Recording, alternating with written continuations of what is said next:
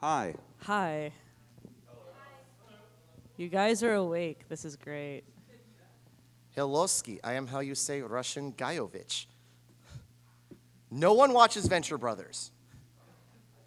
Oh my God. Face desk. Actually, I'm the same way. I don't watch any television. All I do these days is sit on YouTube and watch Pat the Punk talk about what's wrong with gaming. I just go on Twitter for that. You can talk about what's wrong with gaming by yourself. Yeah. That's how we used to do it before That's how we used to do it. Yeah.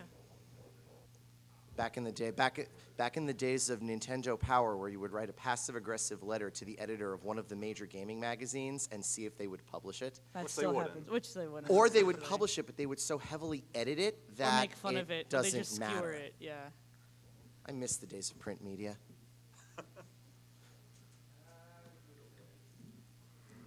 So have you guys been following this thing with the Coleco Chameleon?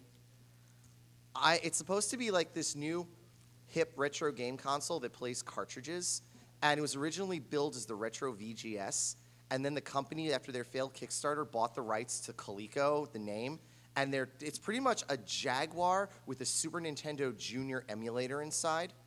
And apparently it will play all these retro games, and the entire internet is calling it a massive scam. I was going to order one, and now I'm doing my due diligence to research it, and I have no idea. I'm doing a head scratch saying, I don't know if want. Welcome to the future of gaming. I mean, you could just. I mean, it's just for the feel of having a cartridge, right? It's not better than playing it on an emulator. No, I'm a cartridge fiend. I like actually owning the physical Well, cartridges. yeah. It's like people who buy songs on cassette tapes, you know. Or vinyl. You want to have, I like having the physical product. It's something you can hold. It's something you own. It's something that, like, But I then like you that. can't update all the bug fixes. But then you can't update bug fixes. I mean, What I really don't get is like songs coming out on cassette that originally came out in like the 2000s. So it's like we're pretending this is the original version if That it had never existed existed in the first 70s. place, Yeah. yeah. Yeah. So this is going to be fun. Weren't there supposed to be 2 other people on this panel? Yeah, I think so. Oh. The case of the disappearing panelists. Oh. Maybe they're John Cena and you just can't see them. I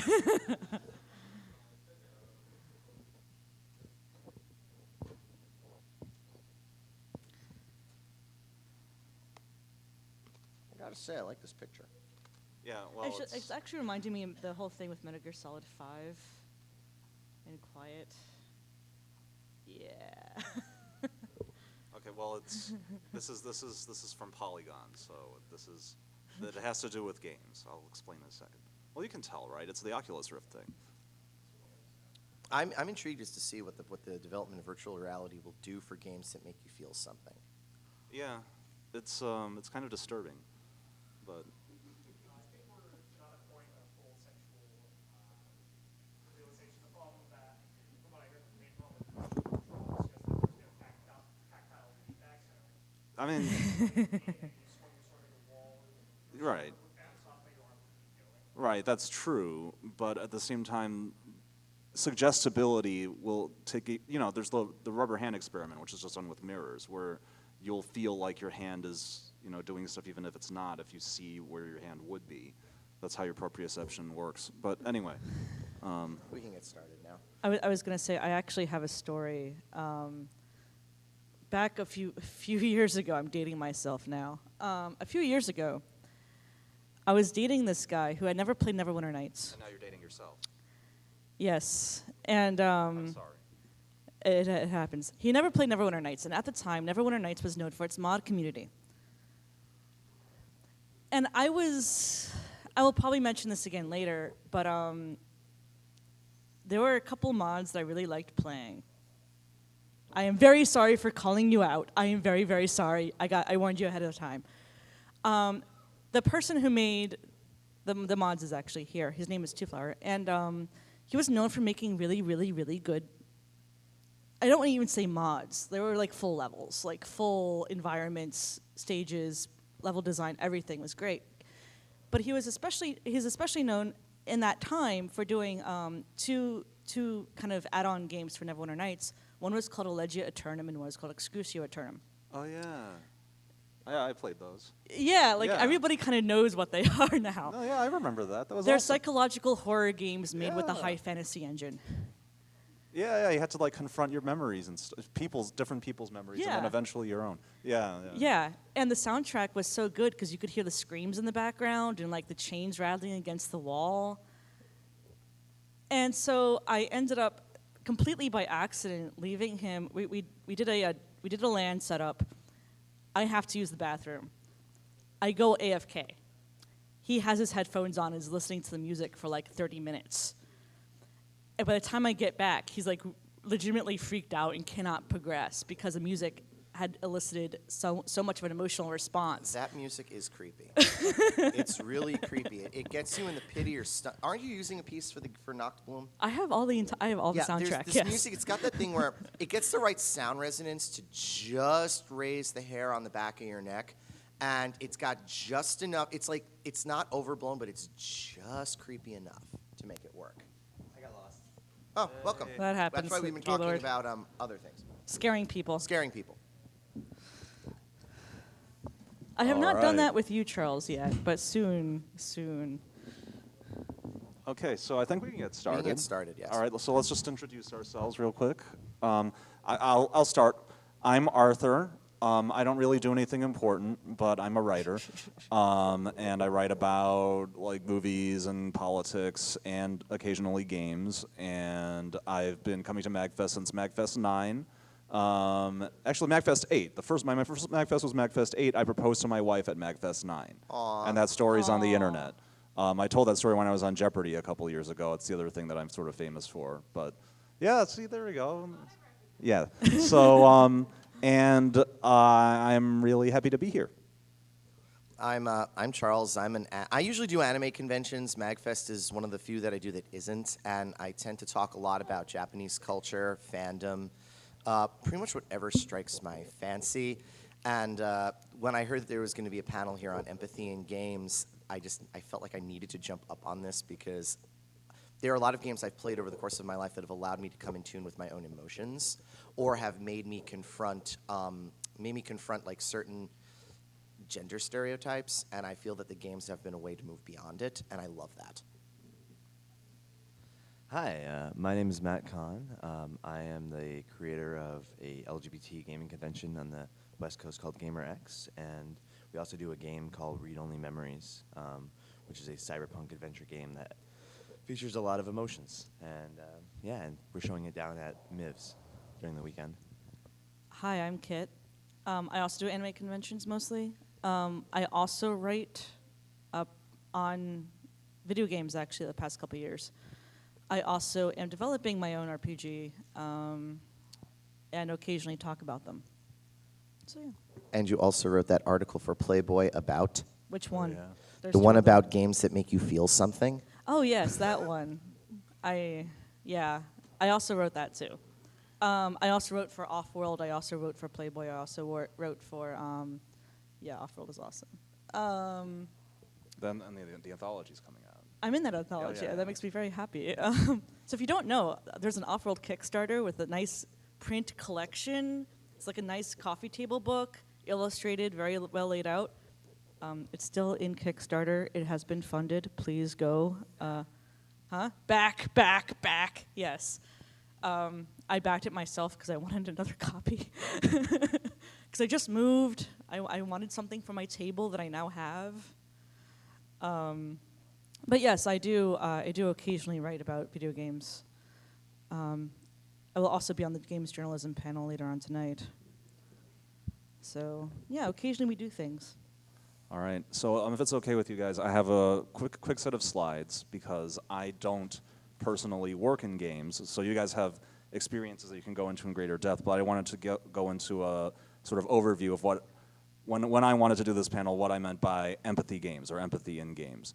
The first thing being that that's a very broad topic, and in fact, I interviewed some people a while ago, and Nina Freeman, who does a lot of quote-unquote empathy games, says she hates that term, right? Because it makes it sound like empathy is a specific thing that we turn on for certain games and doesn't matter for other games. And that's not true. In fact, every game, including your standard military FPS, the idea of empathy is part of the game.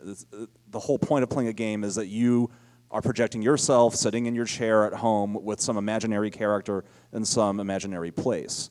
The reason that I talk about a specific thing called empathy games is that most games that we think of in the commercial space have a specific set of emotions that they're trying to evoke. You're a heroic fantasy, right? And this is often like sort of the de facto rules of game design is you're supposed to be a good guy, you're supposed to be powerful, you're supposed to accumulate experience and skill and then succeed. And there's nothing wrong with that. That's a very big part of why we play games, because most of us in our everyday lives feel disempowered a lot of the time and frustrated, and we want that experience of being able to predictably level up, right, get better and better at something, and then succeed.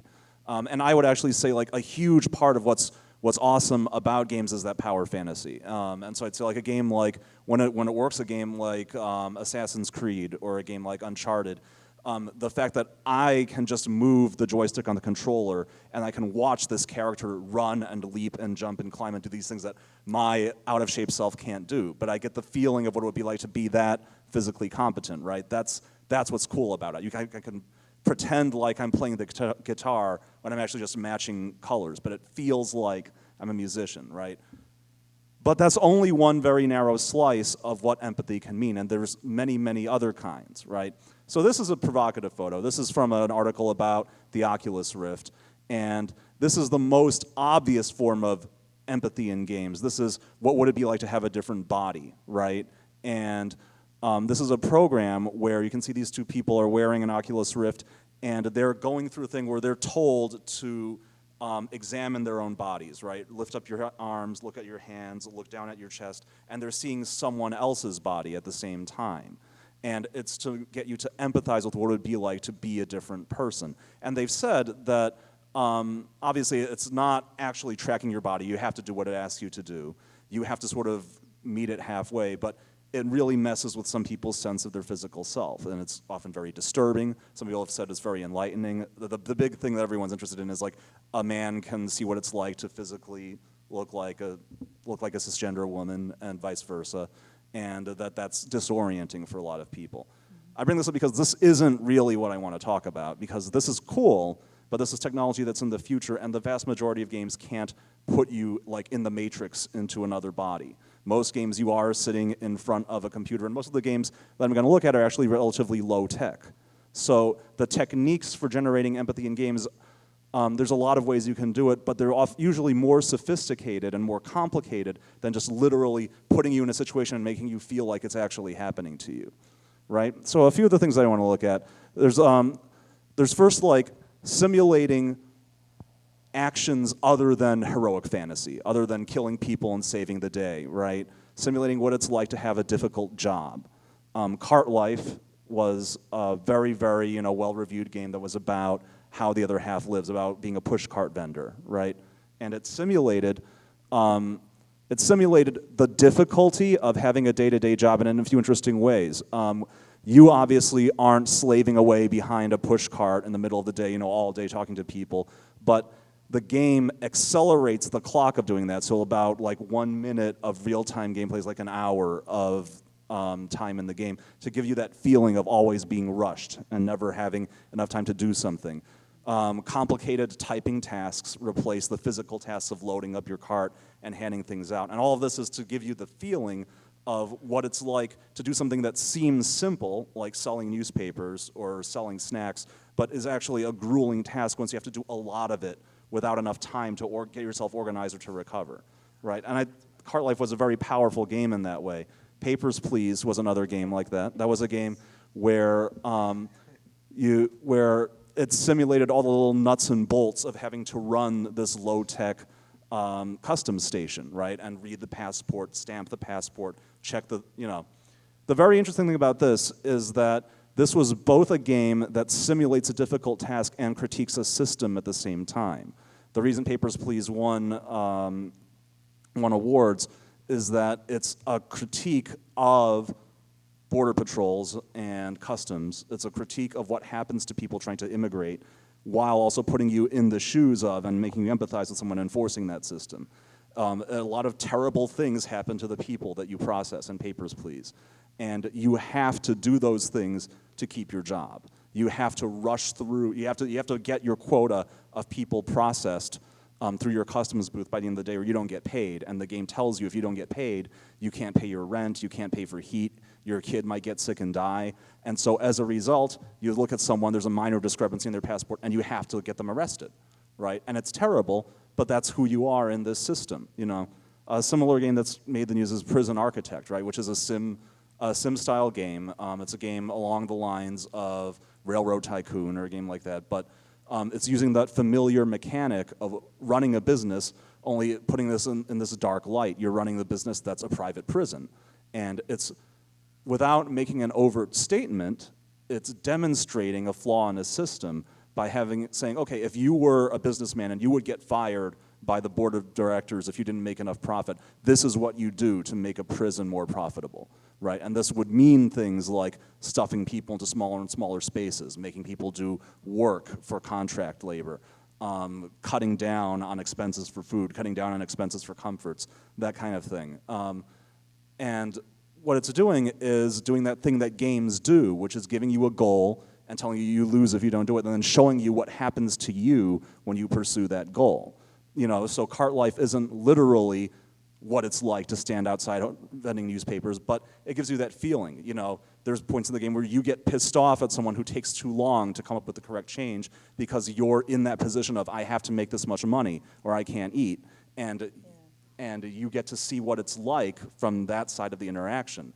So yeah, there's some games that are more about the immersion than about the systems. I Get This Call Every Day by David S. Gallant is a game that's not much, it's a very, very simple game, but I would say that it's a game that forces you to embody someone who works in a call center, right? And to force you to actually take the call, listen to the person, and then decide to, you know, escalate the call or not escalate the call, right? It's a very simple story, but it's more powerful because it's making you sit in that chair, look at that computer, and do it. You know, even though it's you know, it's primitive graphics and everything, but making you do it instead of just watching someone do it. I would say like a similar idea is Sybil, which was a game by Nina Freeman, which again, it's a very simple set of events. There's not much gameplay per se, but for me, this game was very powerful because it forced you to go through the steps that someone would go through in order to play an MMO. It's a very, very simplified MMORPG. The game isn't about the MMORPG, it's about the character that you're playing getting involved in a real-life romance with someone that she only knows through an MMORPG.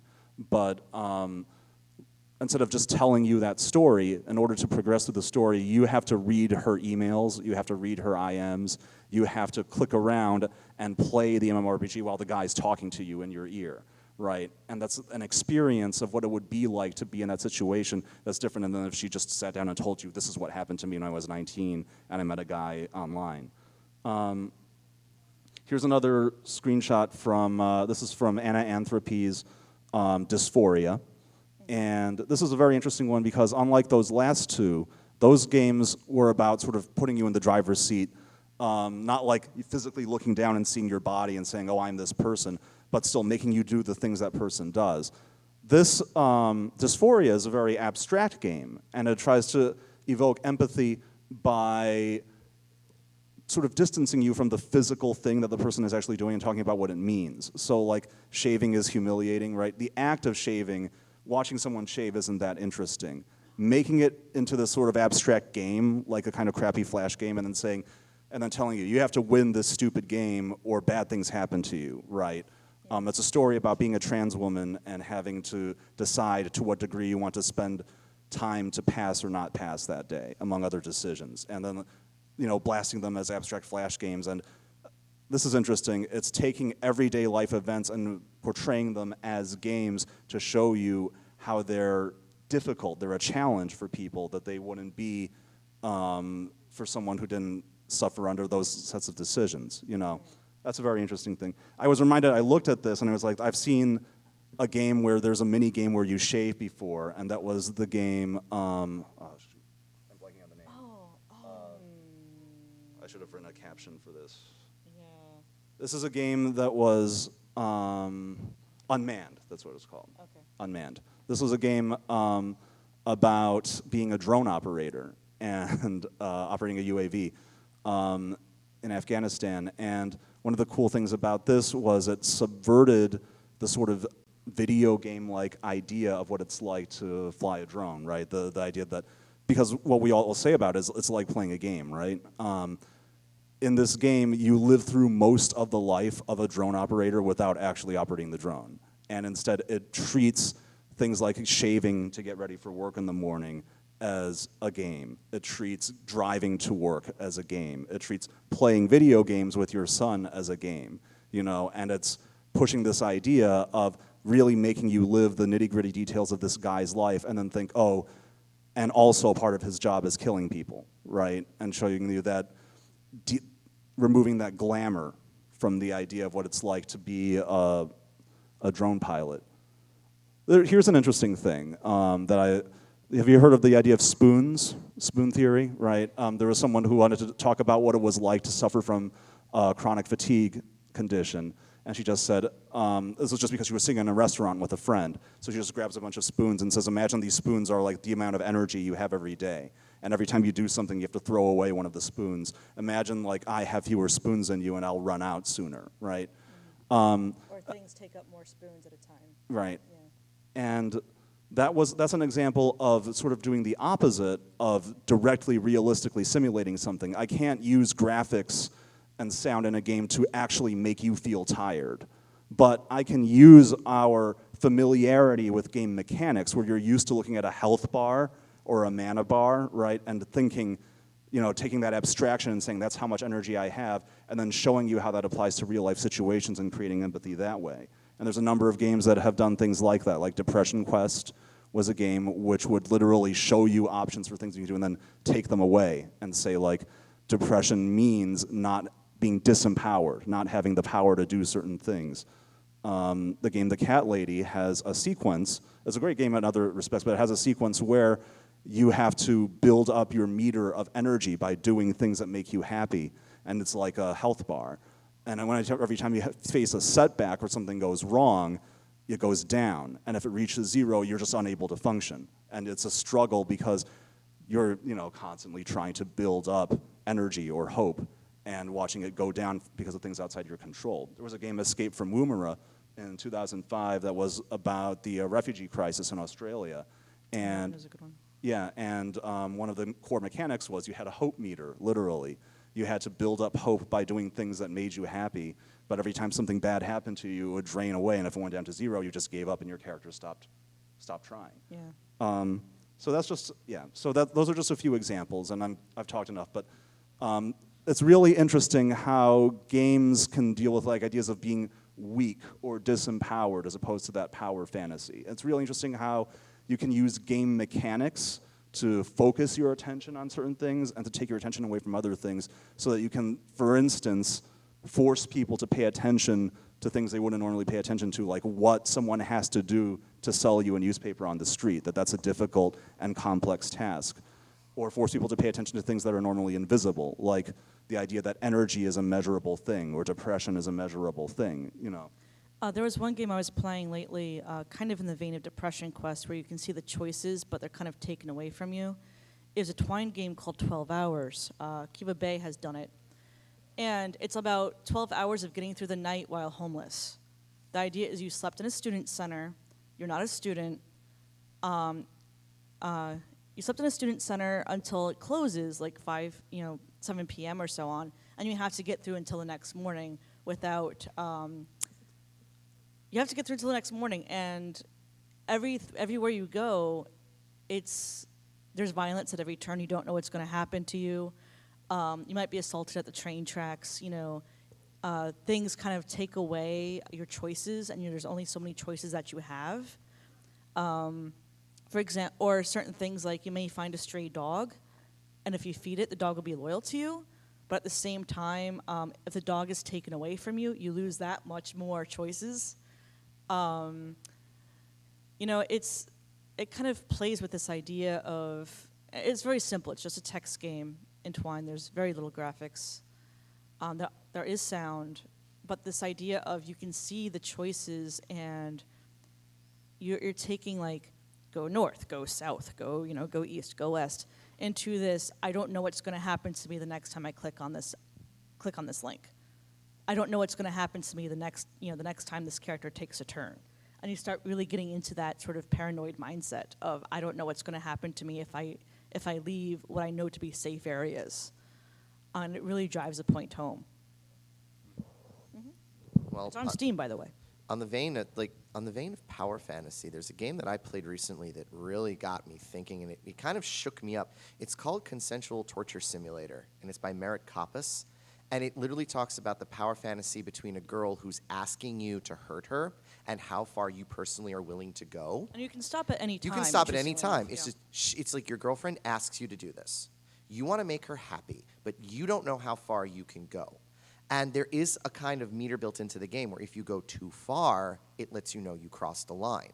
If you don't go far enough, you know that explores trust, this idea of trust. How much do you trust your girlfriend? How much does your girlfriend trust you? And if you can manage to get through it at exactly the right way, it shows that even out of a power fantasy, when there's trust involved, it shows a deeper level of love. And I played it for the first time. I was reading State of Play, and that's a really great book. If you haven't read State of Play, excellent book. And it was brought up in State of Play, and I downloaded it. I started playing it, and I realized there are points where in certain games that I want to rack up a kill count. Oh, I want to beat up this person. When you're playing this game and the trust is there and someone's putting their safety in your hands, it shows your own limits. Like you could play a Grand Theft Auto game and want to punch people in the face, but you're playing this, and suddenly your heart starts to race. Suddenly you start to shake. It's like, how, am I doing too much? Am I going too far? I don't want to do this. And it really makes you confront this idea of power play because it feels real. It feels incredibly real. I mean, the moment I finished playing it, I emailed Kit and I said to her, you have to play this game. And Which I did. which she did. And it exposes limits. And a lot of times when you play a game, it's a lot like break the limits, succeed the limits because there's no consequences. Here, there are limits, there are consequences, Consequences, and half of those consequences involve your own emotions. How far can you go into this? I played it 3 times in a row and then proceeded to write Ms. Koppus a long-winded email. Oh my God, this game, everyone needs to at least experience this. Thank you so much for making it because it shows how human we really are. Yeah, I have a list of all these games I want to talk about. A lot of these games are games that you brought up, but unfortunately for a lot of those games, that they're independent games or they're games that don't really get a lot of mainstream play. And for what I find to be really fascinating are games that actually subvert tropes in the mainstream. So whether that be a game like Spec Ops: The Line, where That was a good one. it's yeah. a really amazing game in terms of the actual shooting mechanics, but the more you play through it, the more like kind of disgusting you feel in terms of there is no really way to win. You just end up doing more and more kind of obscene things. But what game really fascinates me, and it's a game that I still continue to learn through, is the best game of the last 10 years, which is Undertale. In terms of when you go through it, it's not the graphics or the music or the gameplay. Those are all great, but there's something like deep down in terms of the way that the characters interact with you and the way that you can put yourself into the world, no matter what your gender or age or where you live, that makes you feel like this is my family, these are people who I care about, these are people who I don't want to kill. And the more that if you decide to go down a bad path, the more that you do that, the more that, you really would have to be a monster to want to do it. And I know so many people who I can't go down that bad path because it's just too heart-wrenching. And the way that Toby does that is just really masterful. So if you haven't played Undertale, that game really, really was shocking to me in terms of the amount of emotions that you can get out of it for the kind of lack of actual kind of like media that's being presented to you in terms of art and the music. Yeah. It's a really simple game, but If we're talking about mainstream games also, or ones that are more accessible in terms of like Steam or things that people have heard of, this War of Mine is also a really amazing one. Yeah, That was on my list personally, because I was just like, here's a game about you're living in a war zone and you just have to kind of make it through. But I was actually going to mention going a bit further back of the first time I was kind of introduced to this concept was by accident, and it was when I was playing what was known as Final Fantasy III on the SNES back in the 90s, and I'm sitting there with my cartridge, and I'm like, I'm a kid. I was younger than I am now, and I'm sitting there, and I'm going, these characters are like family, and instead of saving the world ends, and you have to rebuild it, and you're running across like Terra takes in orphans, and you see her interact with them because they no longer have a family, and they have to choose a family for themselves now. And you're following along these named character stories, and there's no customization in terms of like, oh, I'm going to make this character look like me so I can identify with them better. But there's a sense of emotional progression, I guess, that it kind of gets you on, of instead of saving the world, oh, we're going to fight and, hopefully we're, defeat the grand evil and things are going to be better again. No, the things aren't going to be better again. The things aren't going to go back the way that they were. And most of the second half of the game is rebuilding and finding what happened to the party that you had. And obviously it's not as developed in that vein of making you feel something that you would not feel ordinarily, but the sense of taking that heroic fantasy and upending it at the time was I think astonishing. I think it was important to notice that Final Fantasy VI didn't feature the first character death. I mean, when you see Galuf die in FF5, you feel something, especially when you see his granddaughter crying over him. But Final Fantasy VI gave us that scene where Celis pretty much wants to commit suicide. Yeah. That is something that you don't bring up in a game. That is like an unspoken word. You do not work suicide into a story. And then you have Celis giving up. It's like if you fail to save Sid, and it's really hard to do, she gives up. And that one moment in an epic story where you're trying to be great heroes, to see one of the principal characters with one of the Celis has like one of the best developed storylines in the entire game. And you see someone questioning their motives, rejecting the things they've been taught to be true, seeing the people around her die, seeing her father figure get struck down, seeing the world end. And it literally, you expect your heroes to be like, well, I can stand tall and fight through this. And then you see her say, nope, I'm done. And then you hear that sweeping aria in the background as she climbs to the top of the rock and realizes, I can't do this anymore.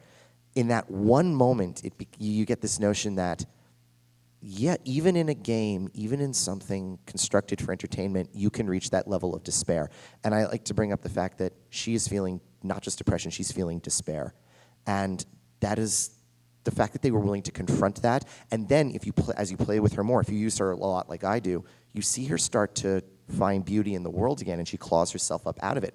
It starts with Terra trying to find who she is, and then it moves into Celis trying to remember who she is. And I absolutely adored that about the game. And it's just right there in the middle of the game. No fanfare. But this is a game that requires you to confront loss on a level that just makes you take a step back, because every single character has to deal with it. Yeah.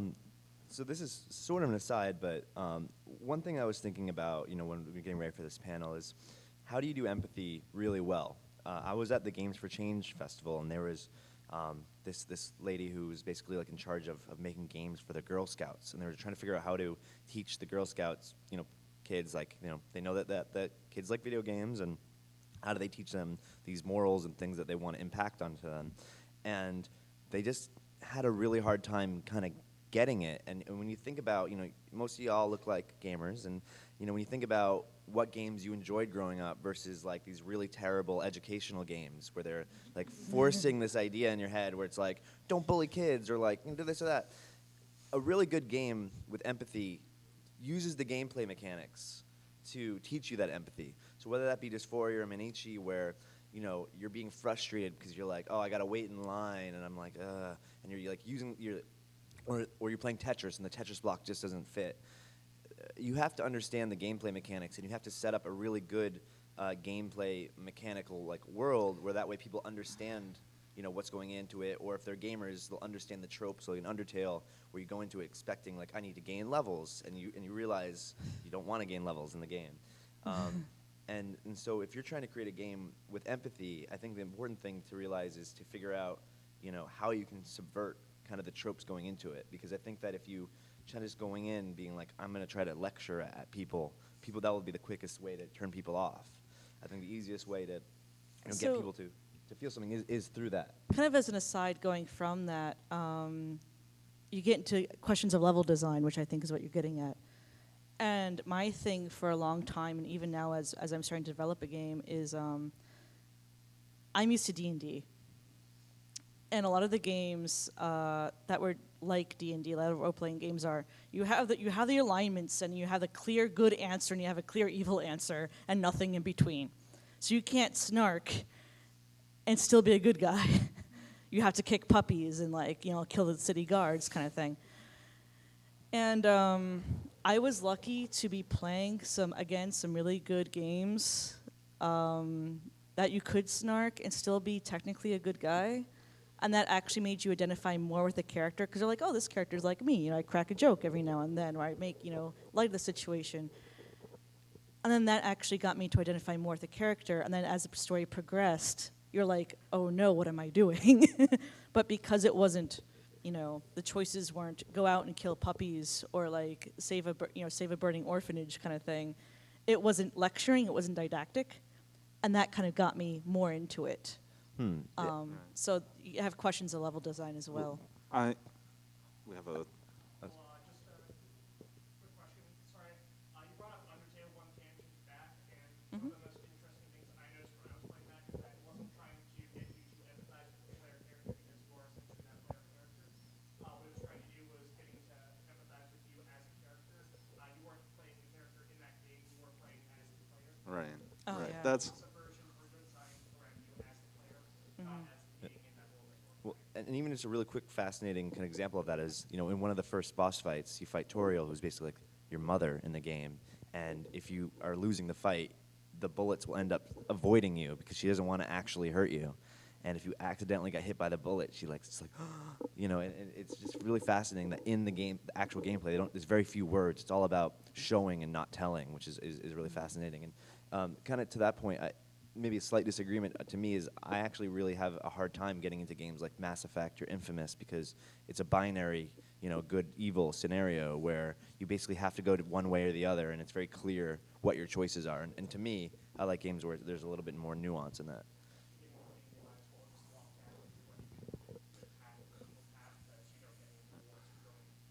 Even in games like Fable or Knights of the Old Republic, where you technically can ride the middle, there's almost no validation there. They're like, you can choose your degree of evil, you can choose your degree of good, but in the end, it still locks itself into the sensationalized violence is evil, holding yourself to an impossibly high standard is good, and unfortunately, there's not a single human being I know that can hold himself to either standard. You always fall somewhere along the middle spectrum.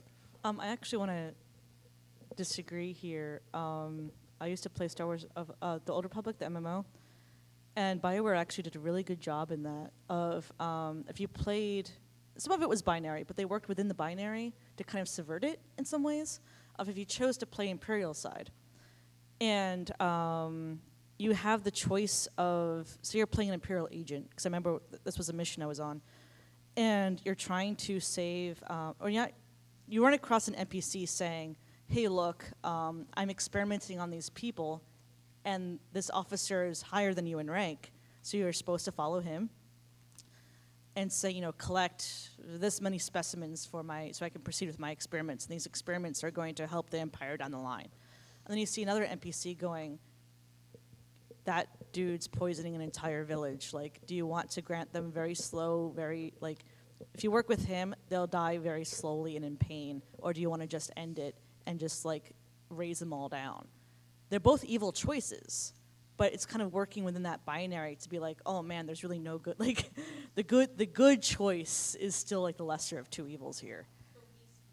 The least worst choice. And I kind of liked what they did with that of you have degrees of evil or degrees of good, but you're locked into a scenario of no one thing is particularly appealing to you. I want to do in the middle. Yeah, you. Yeah. You had your hand up for a long Yeah, time. yeah, you did, sorry. In terms of binary, the whole morality system and whatnot, my personal favorite Yes. Yes. quite have a good and evil. It was more like order versus chaos. If that makes any sense. It goes Yeah. to show you that BioWare evolves. You start with KOTOR, you move to Jade Empire, then you go to Old Republic, and the whole idea that they've been evolving their own gameplay over time. Yeah. Well, yeah, just Gotta like love Mass Effect, it's not good or evil. Paragon and Renegade are still good guys, but And you had your hand up for a while, too.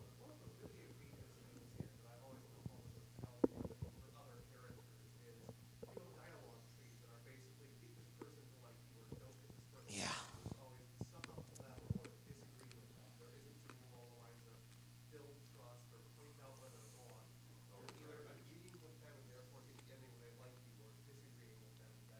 Um, Planescape sort of tried to shirk that responsibility, but man, as someone who designs games in Twine, it is almost impossible to anticipate everybody's reactions and try to make it work to the point where the game isn't a bloated mess. I actually, on that note, I have something to say about that note, but let's get to you. Yeah. Actually, well, just real quick, like in our game, Read Only Memories, we actually have a character who there is almost no way to actually get her to like you, and it's fascinating watching some of the players. Like the less privilege that a player has, the more they can kind of relate with the character in terms of like, she doesn't need to like you. Like you're just a person in the world. Like it's not.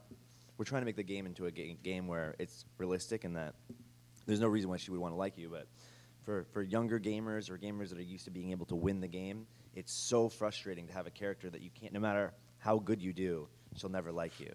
And I always thought that's like super fascinating to watch. Yes. Mm-hmm.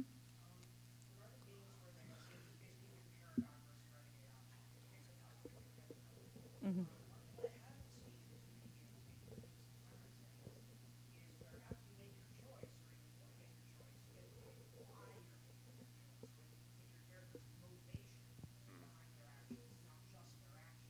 I would love to see that more. Yeah.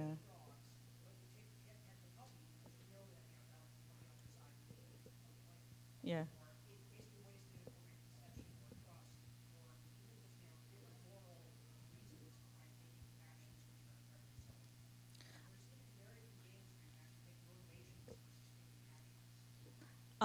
As a developer, I find that fascinating and yet very frustratingly hard to implement. if I could go on a tangent for a sec here, there's a game from 2000. You call it an indie game, but this was before people really put a label on that scene. It's from the interactive fiction community by Stephen Bond, Ramesses, which was a precursor to Depression Quest in a lot of ways. And the theme being explored is, we have all felt, I'm sure we've all observed in people that we know, people who know what they should be doing to get their lives back in order, but they just can't do it. And you are playing as a guy who's kind of a loser, and he's making all these bad choices, and you can't actually control his actions. No matter what happens, he does and says the same things. What you can do is give him commands and then watch him come up with mental excuses to not do them. Right. And you can do that for the whole game, and it makes it really clear. He'll even tell you, he'll be like, I really want to just talk to her, I want to apologize. And if you tell him apologize, he'll be like, no, I can't. It's the wrong time. I don't know what to say. And the funny thing is, if you read a playthrough of the game, you can have two very different playthroughs. One where you the player, whatever you think of yourself as the voice in his head, are encouraging all his shitty decisions, right? And you just go along with it, and he's just a bad guy the whole time. Or one where you're constantly yelling at him to not do these things. And so as a result, he's constantly mentally struggling, but he still does it, right? And those are two very different experiences. And you can even argue, if you read them and you can see his thoughts, well, these are two different people. One of them is a better person than the other, right?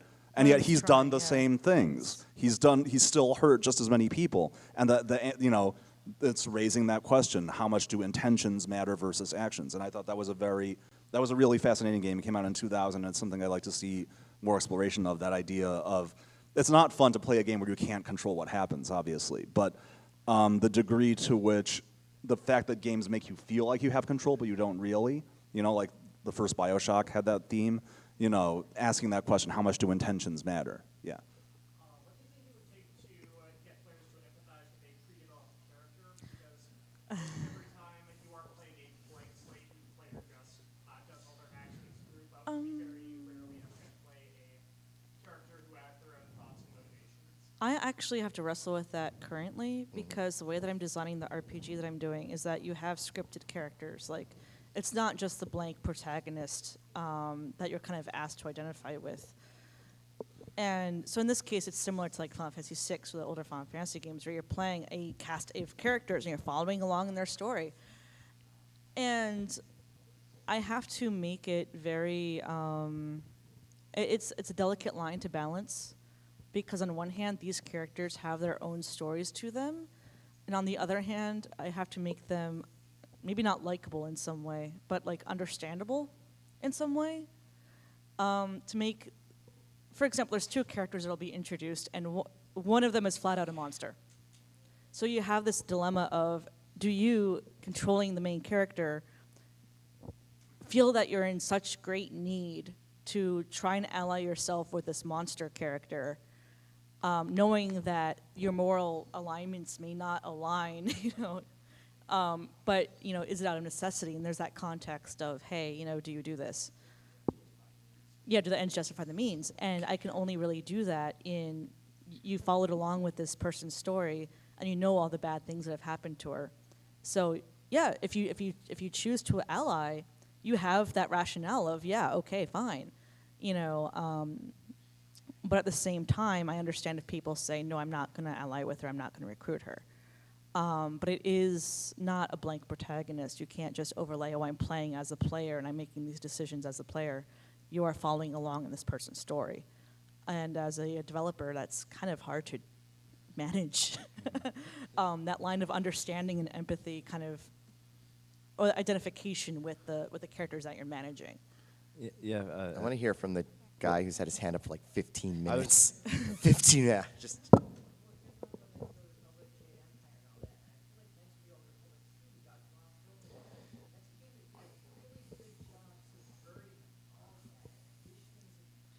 I wish the ending was better. Well, they didn't let them end it. They didn't let them finish the game. Yes.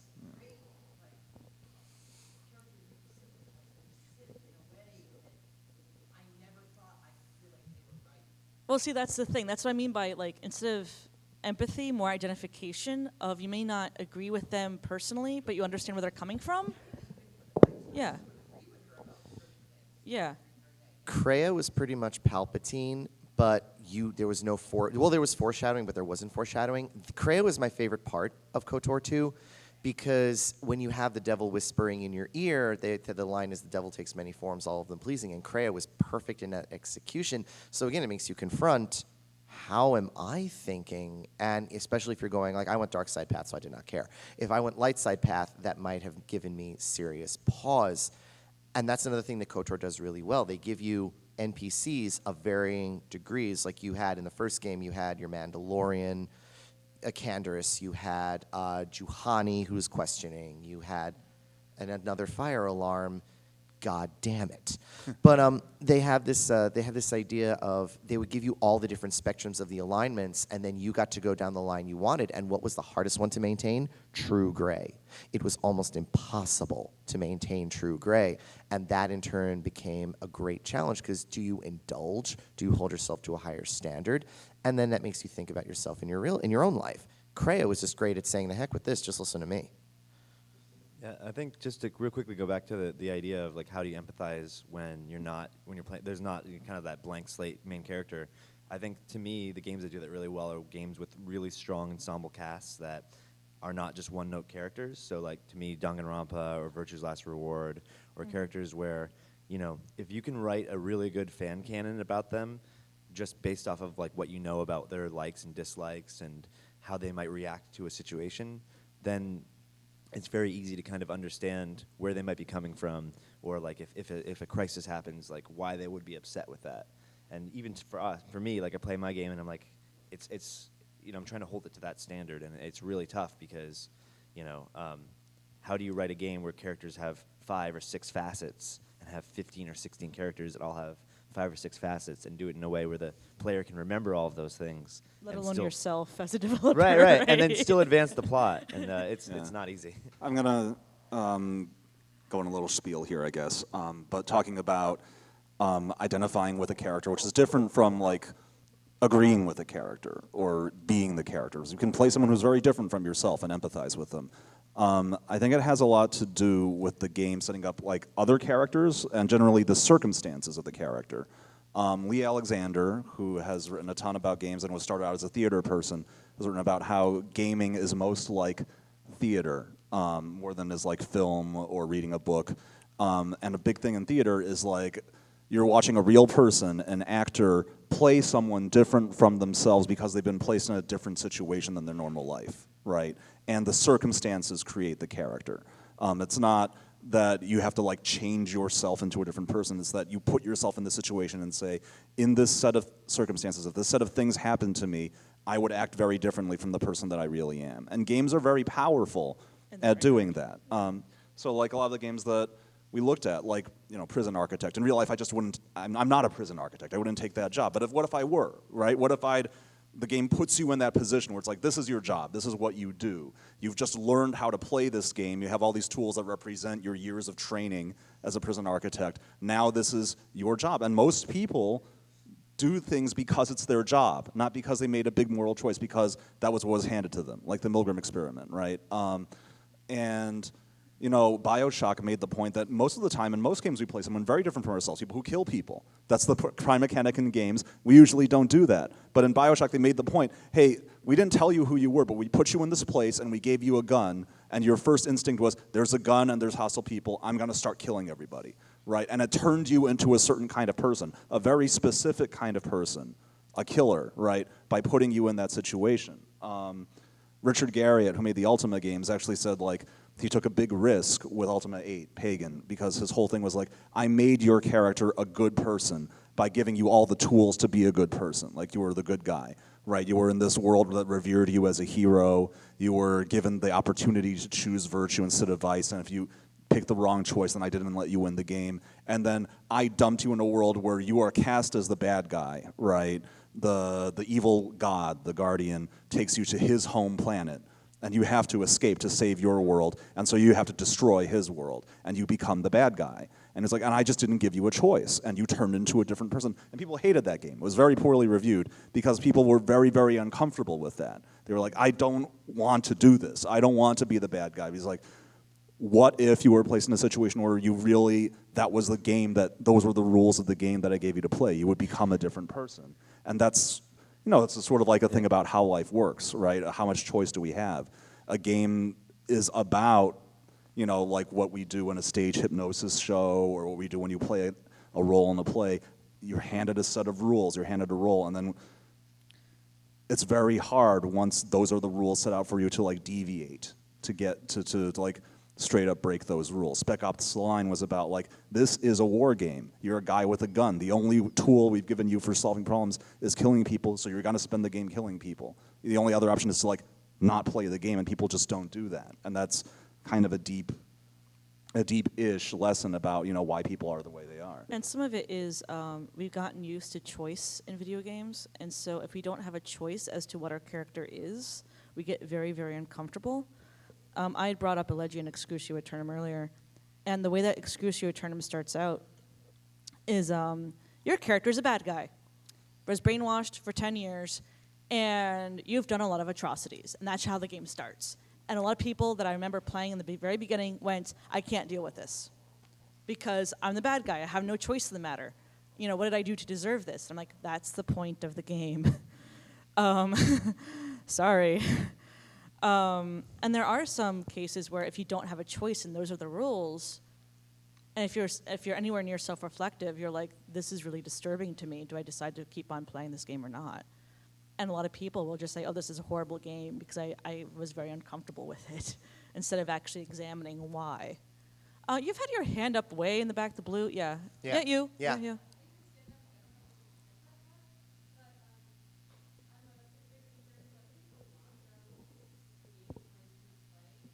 Mm-hmm.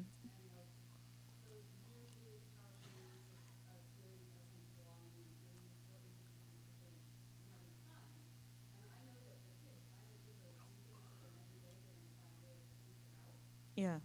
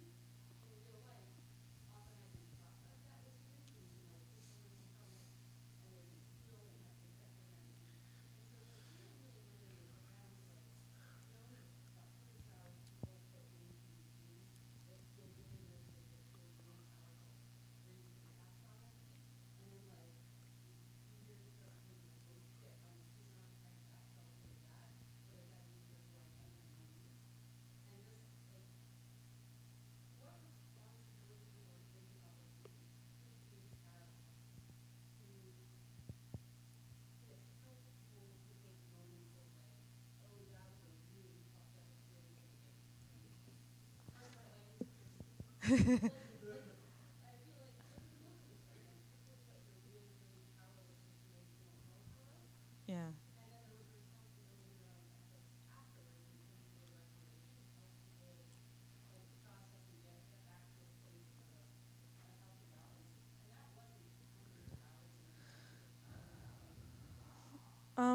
Interestingly, I've gotten to see articles lately because of the Oculus Rift and some of the VR that's coming out that's more accessible. Of people were saying, what responsibility do the VR makers have if they make a horror game in Oculus Rift and somebody has a heart attack while playing the game?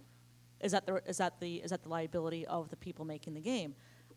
Maybe not in a legal sense, but in the sense of if it's that immersive and somebody has that reaction, what responsibility do developers have to kind of help people process it? Or what could games do to help process it? Or what could people that writing about games could do to help people process it? Or things like that. And it's becoming, I'm not sure if you've encountered this, Arthur. It's been more of a conversation in the last 1 or 2 years that I've seen. Yeah. It's been a slightly growing trend I've seen. Yeah, it's hard because there's a lot of pushback because There's a lot of pushback. I agree the simplistic view of it is wrong. I'll just say that. Like playing a game where you kill people doesn't make you more likely to kill people in real life.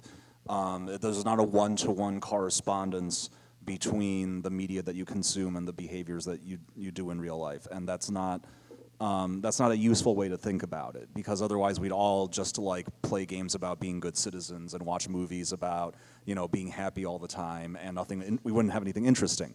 And we use art to process those things that we can't process in real life. The interesting thing is, I think it has a lot to do with the framing of a game, because the most disturbing or like difficult to play games I've played have not necessarily been the ones with the most obviously graphic content. Like I can kill people in a military FPS all day long and not cringe as much as, say, like Clementine having to sew her own arm up in The Walking Dead, right? Yeah. And it's because of the framing of it. It's because of like the way the Milgram experiment. This is the funny thing: people weren't really traumatized by it. Like we can't do it now because of the possibility that people would be traumatized by it. But the exit interviews for the majority of people in the Milgram experiment said they felt fine about doing it. Because as long as the environment they were in told them that it was an okay thing they were doing, they felt okay about it, which is disturbing. It's comforting and it's disturbing. The human mind is very, very plastic. It's very adaptable. If I'm, the first time I see someone's being bloodily decapitated on screen, it'll freak me out. If I see it in a context where it becomes normal, I don't even think about it anymore. And that's one of the things that games kind of explore. I think Changing the context is really a major thing that games can do. Yeah. right. I think what the thing is, like in commercial games, the point of a game is to make you feel comfortable.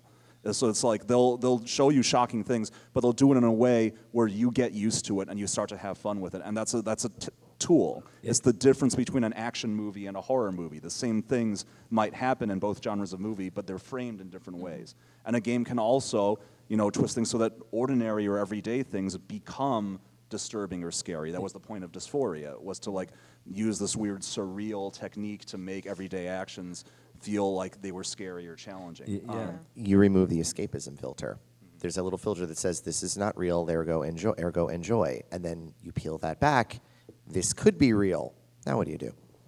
Yeah, kind of going back to a point you were making earlier, like when I was researching kind of villains for our game, you're trying to kind of like, being evil is not always like this like nefarious, like ha ha ha kind of thing.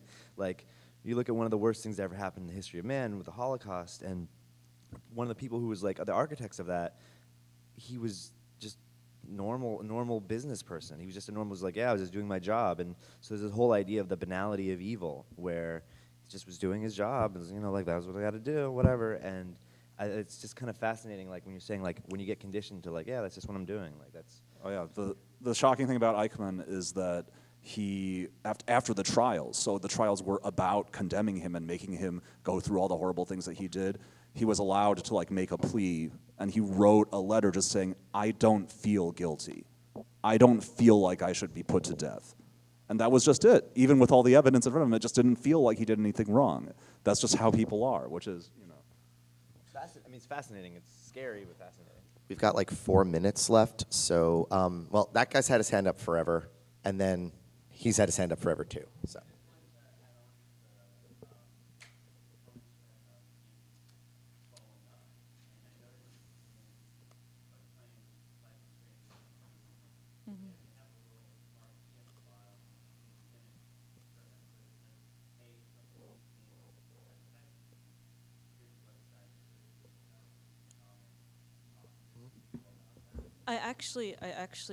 Depression Quest has something similar. Like So if you're does in CTS. crisis, so does 12 Hours, I think, as well. And they say, look, if you need to talk to someone, here are numbers you can call. Here's a site you can go to. Here are kind of safe spaces or helplines to call in case it. I cannot play Depression Quest more than like 3 screens in. Because I do battle depression. And for me, it hits too close to home, and I can't. But for someone, it's useful as a tool for teaching someone who does not experience depression what it feels like to have choices taken away from you. So in that case, I recommend it to people. I just can't play it myself. Because of that, because it hits too hard to home, and I would have to be like, okay, I have to go out with a friend now to kind of process that. But at the same time, it's getting to be, especially from the points of view, because like I've dealt with this as an academic, I've dealt with this as a writer, I've dealt with this as a new developer, and there are very tricky things you have to kind of go through. Is like, do I put warnings for content? Do I put helplines or like a specialized forum section or something where people can talk about the game and how it made them feel, or do I choose not to depict certain scenes that, while may be important, may be very disturbing in some way because of the framing and the context. Like, you have to deal with all this, and you have to make lots of choices, and they may not always be the best choices to make. But I'm glad to see more people doing, hey, here are spaces expressly to talk about this. And you had your hand up too.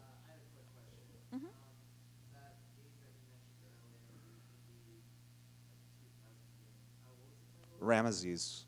It's misspelled, so it's Rameses. Ramesses. We got time for one more question. Pick someone, Arthur. You in the front.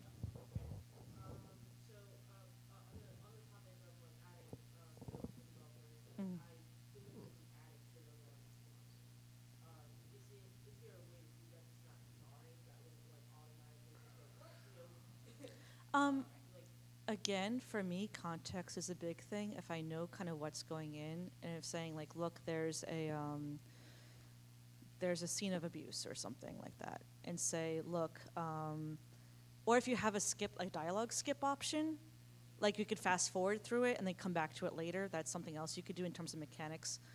Or you can say, look, it's in chapter 1. You can kind of warn people going in. Or what I did was I got a lot of beta testers, and I kind of gauged response based on that and kind of made my own decisions based on testing. As a developer, it is very difficult to know when and how you should do things like that. It's really hard to confront emotions, but that doesn't mean they shouldn't be confronted. Yeah, but it's, again, context and framing are key in that regard. So I guess thanks for coming by. Yeah, thank you. Yeah. Thank you for coming by.